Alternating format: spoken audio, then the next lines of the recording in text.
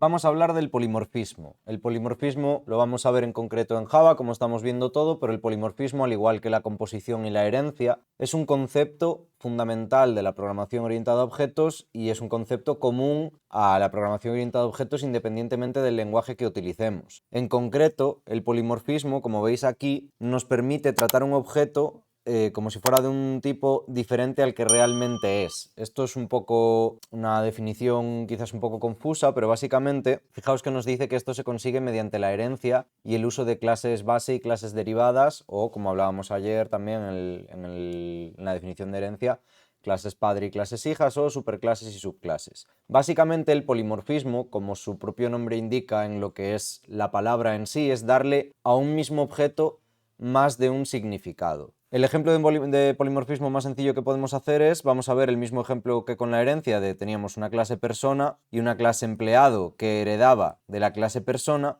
y si os fijáis en el main aquí, yo tengo definidas ambas clases, ¿vale? Mi clase padre o mi superclase y mi subclase, y yo en el main puedo crear un objeto persona de la clase padre a partir del constructor de la clase hija. Fijaos que estoy haciendo new empleado, pero estoy asignando el resultado de llamar a ese constructor a través de una instancia de un objeto de la clase padre, de un objeto persona. Precisamente esto es de lo que trata el polimorfismo. Yo puedo crear personas utilizando el propio constructor de la clase padre, o cualquier objeto que herede directamente de persona puede ser almacenado en un objeto persona. Esto tiene su parte positiva y su parte negativa. La parte positiva es que yo puedo tener una estructura, imaginaos que, como hablábamos ayer en este ejemplo de personas, además de empleados que heredan de persona, yo tuviese otra clase desempleado, por ejemplo. Pues yo podría tener un ArrayList o un array o cualquier estructura de datos de objetos persona, cuyo contenido, cuyos objetos fuesen tanto objetos persona de la clase padre u objetos de la clase hija de cualquiera de las dos. Es decir, yo puedo definir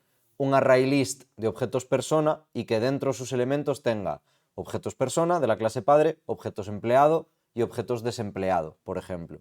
Esto nos sirve para, pues si a mí me vienen, imaginaos que yo leo los datos de todas las personas de un fichero o algo por el estilo, y dependiendo de si en el campo empresa hay un valor o no, pues yo creo un objeto persona o creo un objeto empleado. Podría almacenar todas las personas, independientemente de que estén empleadas o no, en el mismo array, en la misma estructura de datos, y después trabajar con ellas de forma independiente. Pero ¿qué pasa? Pasa que, por ejemplo, para yo poder llamar a trabajar, al método trabajar, o para yo poder acceder al atributo empresa, a mí no me sirve si la persona no es un empleado. Es decir, si el objeto que realmente tengo dentro es de la superclase en vez de la subclase, yo no voy a poder llamar a trabajar. Pero es más, aunque el objeto que tenga dentro sea un empleado, si yo lo declaro como una persona, yo no puedo llamar a trabajar. A saludar sí que lo puedo llamar porque es un método de la superclase, pero no puedo llamar a trabajar. Para poder yo, una vez tengo mi estructura de datos de personas,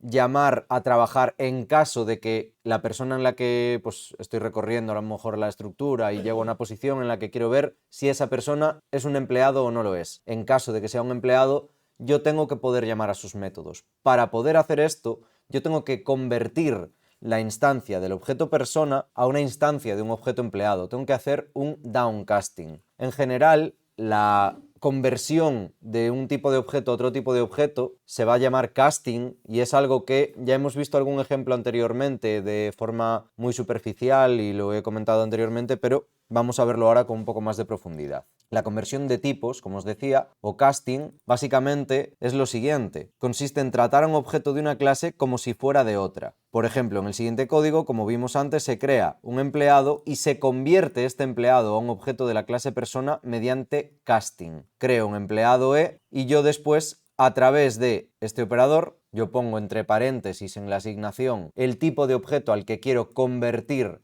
la parte de la derecha, en este caso a una persona, y puedo directamente instanciar un objeto persona. En este caso, fijaos que nos dice, se convierte el objeto E de la clase empleado a un objeto de la clase persona mediante casting. Esto, claro, nos puede dar algún tipo de problemas. Esto puede saltar alguna excepción. ¿En qué casos va a saltar una excepción? Pues en el caso de que lo que yo tengo aquí a la derecha no sea posible convertirlo en objeto persona. Es decir, si yo aquí le paso un empleado, todo está ok. ¿Por qué? Porque el empleado es subclase de persona.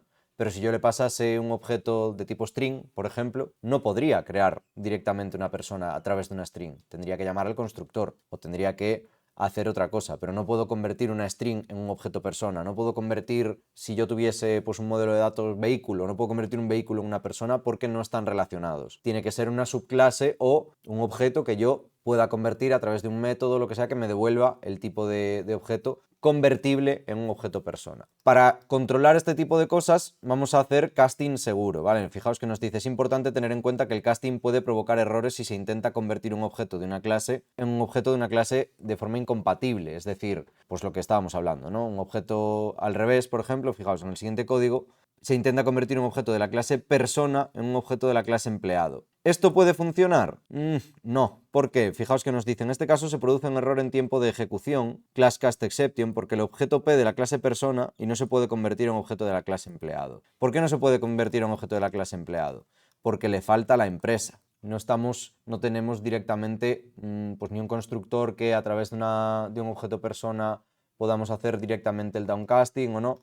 Pero bueno, ya digo, este ejemplo quizás no es el mejor porque este error cuando nos va a dar sobre todo es cuando las clases no están relacionadas, ¿vale? Lo que os decía, pues si yo tengo una clase coche, no puedo convertir el coche en un empleado, no puedo hacer el casting así. ¿Qué es el downcasting y qué es el upcasting? Esto es dependiendo de si la conversión que estamos haciendo va de la clase hija a la clase padre o de la clase padre a la clase hija. En Java la conversión de tipos, como vemos, puede ser así. El downcasting consiste en convertir un objeto de la clase base en un objeto de la clase derivada, es decir, de la superclase a la subclase. Y el upcasting consiste en el proceso contrario, ¿vale? De la clase hija a la clase padre o de la clase derivada a la clase base, como le queráis llamar. Aquí, por ejemplo, tenemos un caso de upcasting, porque estamos creando una persona a través del constructor de un empleado. Fijaos que ahora sí que puedo hacer downcasting. ¿Por qué puedo hacer downcasting ahora y convertir ese objeto persona a un empleado? Por algo tan sencillo como que, fijaos que aquí arriba, en el ejemplo que nos decía que genera una excepción, estamos creando un objeto persona arriba. Lo estamos instanciando y estamos creando un objeto persona con el constructor de persona. Entonces yo esto no lo puedo convertir en un empleado porque me falta la empresa, básicamente. Sin embargo, abajo hago upcasting directamente para convertir a través del constructor el objeto de la clase hija a un objeto de la clase padre, y como realmente lo que tiene dentro este objeto, aunque yo lo declare como una persona, es un objeto empleado, yo puedo directamente convertir esa persona a través del downcasting en un objeto empleado. Entonces, ahí sí que no me da ningún problema porque sí que tenemos la empresa. Estamos utilizando el constructor de empleado. Ya nos dice, en este ejemplo se convierte un objeto de la clase empleado en un objeto de la clase persona mediante upcasting y luego se convierte de nuevo a un objeto de la clase empleado mediante downcasting. Es importante tener en cuenta que el downcasting, que es de lo que hablábamos, puede provocar errores si se intenta convertir un objeto de una clase base a un objeto de una clase derivada incompatible.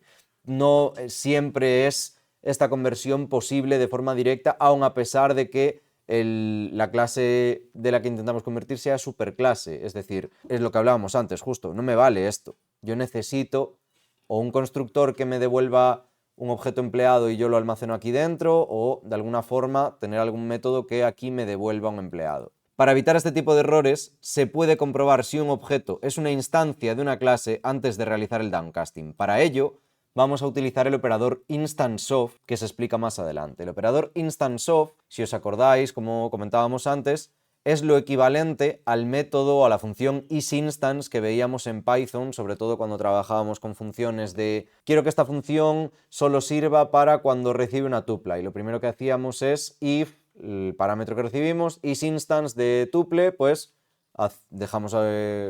trabajamos con la función o lo que sea, y si no, pues saltábamos una excepción de los datos introducidos deben de ser una tupla. Ese isInstance en Python es un método, es una función.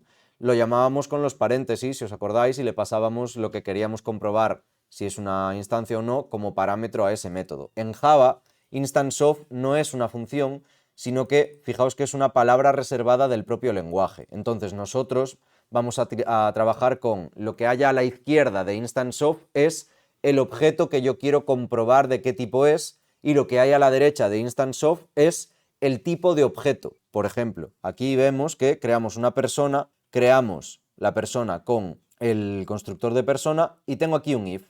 Si P, que es la persona que he creado, instance of de persona, es decir, si P es una instancia de la clase persona, entonces este if devuelve true, si no, devolviese false. O sea, devolvería false, perdón. Y aquí, pues tenemos un print de es una persona. Claro, si yo aquí, fijaos, en vez de crear la persona con el constructor de persona, lo crease con el constructor de empleado, en este ejemplo que tenemos aquí, esto daría false. Sin embargo, abajo, fijaos que precisamente me sirve el instance of para, si yo creo la persona a través del constructor de la subclase empleado, con el instance of, if P es una instancia de empleado, aquí hago un print, pero yo lo que podría hacer aquí sería un downcasting de forma segura.